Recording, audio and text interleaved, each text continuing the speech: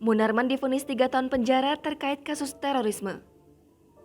Ex-Sekretaris Umum Front Pembela Islam Munarman divonis 3 tahun penjara terkait kasus tindak pidana terorisme.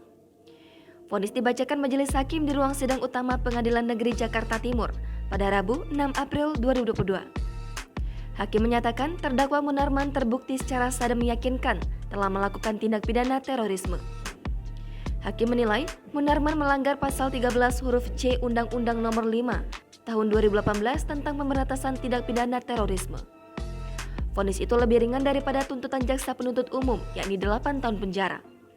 Hakim memerintahkan Munarman tetap ditahan.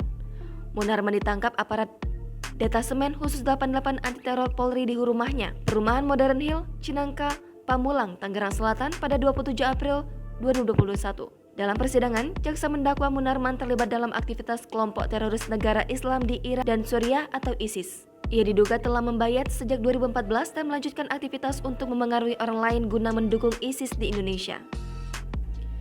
Putusan ini lebih rendah dari tuntutan jaksa sebelumnya. Munarman dituntut 8 tahun penjara dalam kasus dugaan tindak pidana terorisme.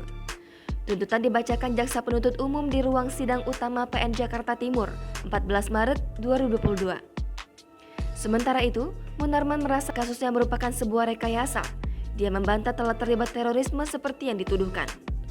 Munarman siap dihukum jika terbukti menjadi bagian kelompok terorisme.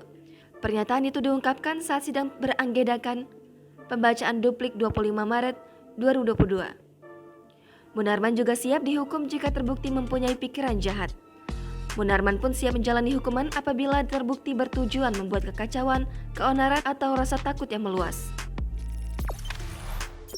Jangan lupa subscribe, share, komen, dan like ya.